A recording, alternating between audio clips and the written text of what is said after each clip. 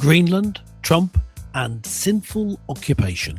Welcome to Mark and Pete. This episode we look at Greenland, geopolitics, and Donald Trump once again being laughed at. Yes, this is Mark and Pete, two blokes with half an opinion. Now, here's our first thought. On thin ice. If hell freezes over, the devil will skate. Yet heat from a hothead melts it at fast rate. So stay cool and calm and just twirl a figure eight, then show you're in control and won't slip to your fate. Well, yes, indeed. Well, Greenland, Denmark, what is your next move? Yes, Donald Trump's push to acquire Greenland is gaining backlash, not just, in fact, from Republicans in Congress, but also from Denmark and many European countries. Well, this is really around the focus of Greenland, which has grown into a more broader discussion over Trump's administration, with the use effectively to have unilateral use of military force, along with diplomatic and economic coercion. Mr. Pete, I say that this is now potentially a hotbed, dare I say, in a very cool part of the world. Yes. What say you about what Donald Trump is trying to achieve here? Well, we're talking first specifically about what he wants to achieve with having control over Greenland. Well, he may not make it the 51st state, but having complete control is what he's after. It seems to me an obvious, a sort of a no-brainer for geopolitics at the moment. We in Europe, we in Britain, need a strong America to take control of that region. Why? Well, if you don't look at an atlas, or better at a globe, because you can see it better if you do, it's not so obvious why it's so important. Strategically, it's very important. It's all part of the same sort of land mass as it's part of the Americas more than Europe. It's certainly part of the Arctic landmass. Yes. Interestingly, one of its islands in Greenland, there's a little island off it, which is half owned by Canada. So there's actually a land border with Canada there. But that's just a small little bit of trivia. What's interesting about Greenland is its position means that, well, as China has ambitions to come over the pole to get Europe much quicker, and as the ice is predicted to melt there to allow that to happen, Greenland will be a good strategic base on the way. Certainly, flights already go over it, and in fact, Donald Trump will know about it very well, because if he flew from New York over to Asia or anywhere like that, he'd go over Greenland. So it's a very good strategic position to have. China itself did a few years ago attempt to buy up the port there in Greenland. Port as in a seafaring area, not drink. Yes. Just to clear that up for you, Mr. Mark. Now, and America I'll had put the to cork back in pressure. the bottle. Yeah, the US government had to pressure the Danish government, which is in charge of Greenland, to stop it happening. Where they don't want to have to go through all that. So strategically, you talk about it being a good strategic position. Yes, militarily, there's an airbase there, all very important. But just first of all, I think this is probably the main reason for America wanting it and Trump pushing for it, is that strategic use in terms of trade routes. Yeah, well, there's also something else as well. One word: minerals. Well, let's be honest, Greenland is packed with them. We won't go into all of them, but again, that's another aspect to this. So if you think about the strategic positioning of Greenland, yes, but also the resources that it offers. And I think that that's rather crucial for a world that is so devoid of minerals. We've seen that in the gameplay with Ukraine, in terms of the minerals that Trump is trying to sort of negotiate on behalf of Ukraine and maybe others. But the fact of the matter is, the world needs those very valuable resources. So I think that there's another thing as well. Now, Trump has really made some claim about wanting to buy Canada, Greenland, many other places. Yes. Is this something where it's just a distraction? because maybe really what he's trying to do is, and we've seen this, with Venezuela, where he's sort of gone in, he's taken over, and he's taken, particular tankers with oil. Yeah. Naturally, he's already extracted certain leaders. Can we expect that maybe he'll go even further?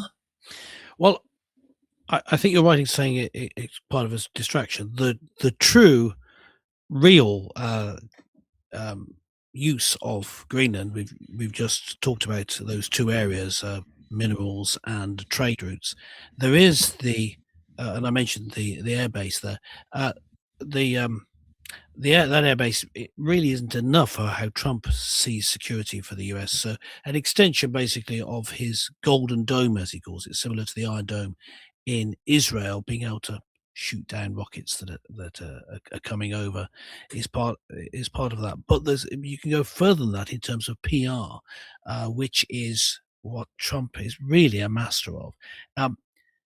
Yes, it could well be a distraction for other things that he's doing. For example, uh, aiming for um, regime change without being accused of doing it in Iran. Yes. Without being responsible, because you want the rebellion within Iran to be the people who take responsibility for it, but supporting it and trying to get prepared for a possible invasion there. Certainly, being military strikes, or possibly an abduction of the leadership there.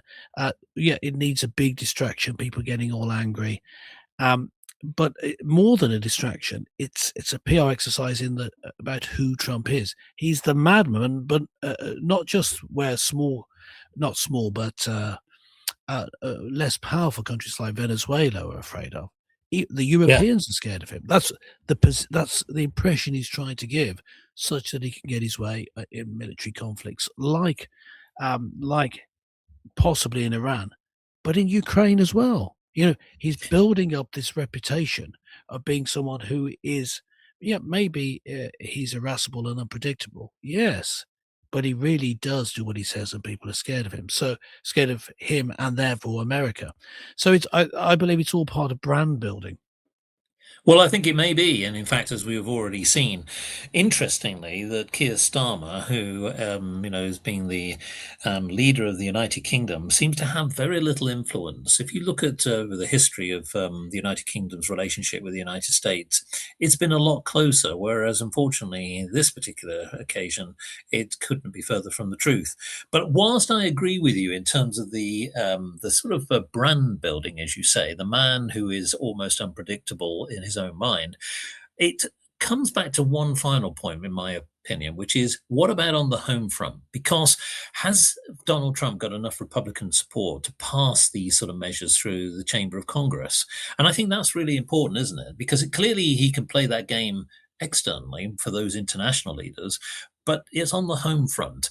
Do you think he has enough strength?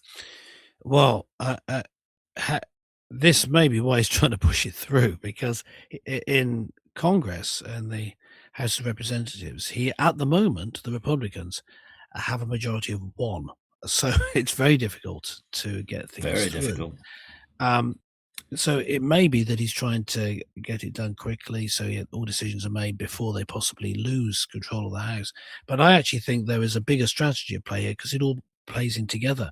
You see, just moving away from Greenland for a moment, although, as I said, Greenland plays into it, the taking of Maduro from Venezuela and the taking of the oil there. They say, Trump says, well, America's not going to he's not stealing the oil, obviously. Heaven forfend. No, what they're doing is they're going to sell it and give the money to Venezuela to build themselves up. Yeah, but that still means they have the oil. And it does Yeah. mean overall that you can bring down oil prices, the fuel prices, in America this year, well before the November election. So that could give him actually an increase in Congress, which means he can get the rest of his agenda through. I think it's Well, joined up yeah. thinking. And here's the point. The some of the EU leaders and in fact other commentators, particularly those on the left, are really laughing at Trump and ridiculing him. I mean, he did once accidentally say Iceland instead of Greenland, but we've all done that, haven't we? But they Yes. it seems that their Go for hatred of both. means that they can't see that there could possibly be a strategy. It must be that he's a lunatic.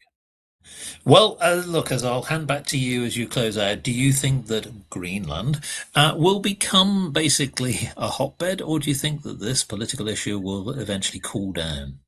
Uh, what I think is that Trump will get his way. The EU is heading on its way to irrelevance anyway, and they will kowtow to Trump and America's demands because they are the real power. You see, strategic thinking like Trump's looks a bit rude now to European eyes, but that in the long term, this use of power to bring about hegemony such that you can have peace uh, is actually the wisest action of all.